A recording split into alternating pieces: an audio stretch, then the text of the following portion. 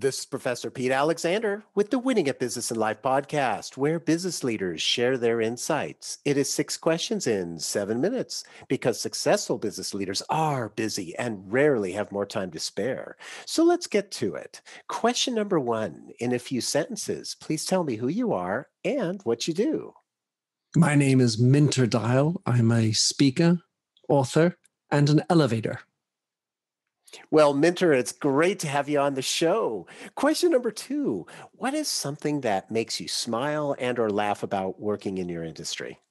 Well, the first thing is, as an author, everyone comes to me and says, well, how did you get the publisher? And I ask, well, why do you want a publisher? Because they're great at publishing, but they certainly aren't great at selling. So in general, everyone seems to have a book in them, but don't get stuck up on the publisher. Just go out and write your story. That's very wise. Thank you for that. Question number 3, speaking of a book and author, I have a fictitious book with all the answers for business. What chapter would you think most companies should read? Well, I have so many chapters I love to read. I read about a book a week. The chapter I think is most important is, are you prepared to wear a tattoo for the thing you do at work?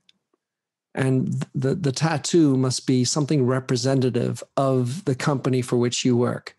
And if you're not prepared to have tattoo, and that's independent of whether you actually believe in tattoos, then the question I have for you is, why not? I love that because, if it's a matter of commitment to what it is that you are working towards or believe in. Is that exactly? What you stand for, and so many things.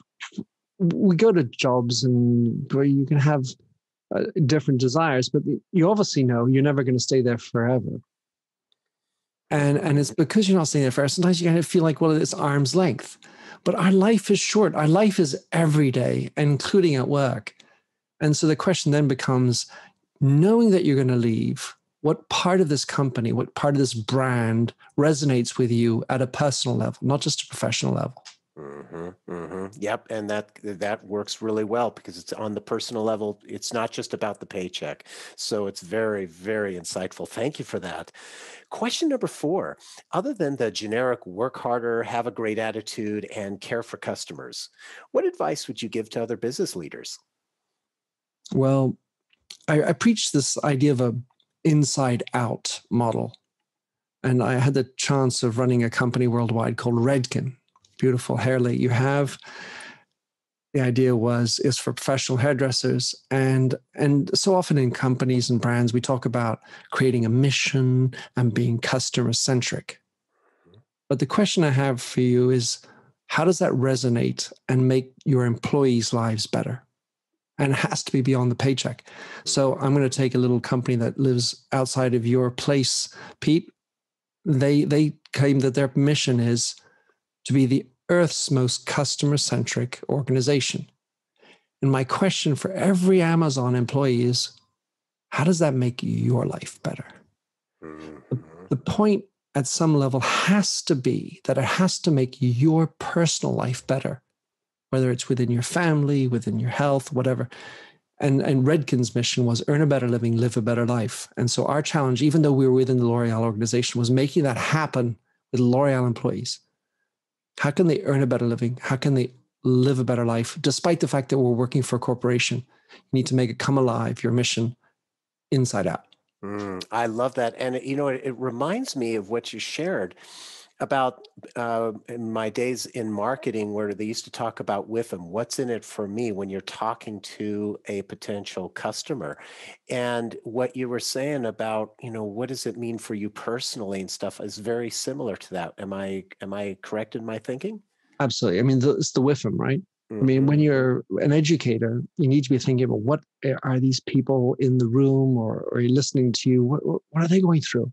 And maybe they need to go pee. So that's life. That's what they need. Don't just think about what you want. And then really, actually, even as a leader, are you living it? Is it something that's more important for you? Are you just doing a job? Are you just so proud of your title? Or is it going to contribute to your personal legacy? I love that. So, so insightful. Thank you. Question number 5. What other business leader like yourself would you like to acknowledge and invite to be on my podcast? Well, you mentioned podcast, and I have a lovely, wonderful network. But the person I'm going to identify sometimes says he has a face for radio. And that's because he's great at radio and podcasting. And he's a wonderful friend. His name is Sam Sethi. And Sam and I, with another chap, Andrew Grill, co-launched the podcast festival last year. Great fun, great success. And Sam just launched a radio crazy experience in the middle of all of this. Sam is a great guy, Army from the British Army, and lots to say, lots to share. Oh, I'm looking forward to talking to him. Thank you so much for that referral.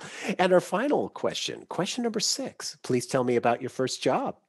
Well, I at some level, I was wondering, what is my first job, being a son, being a child. No, my first job was when I was a farmhand.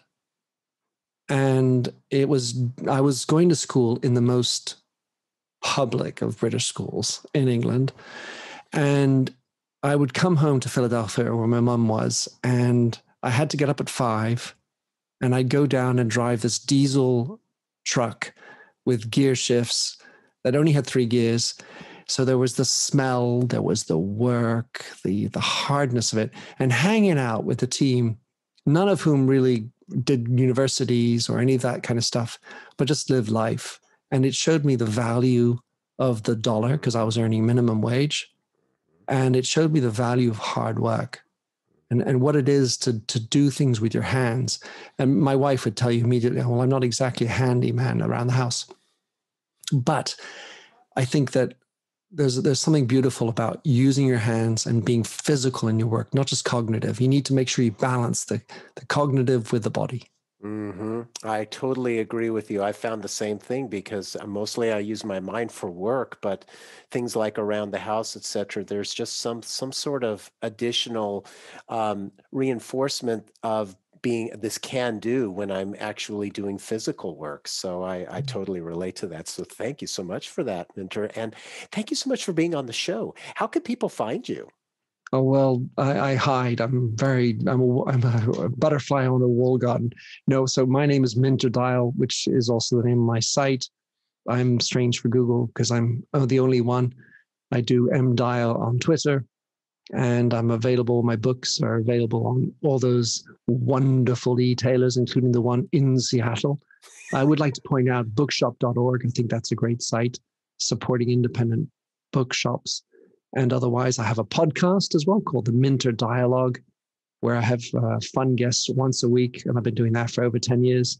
And otherwise, connect any way you can. Perfect. This is Professor Pete Alexander with the Winning at Business and Life podcast. Thanks for listening.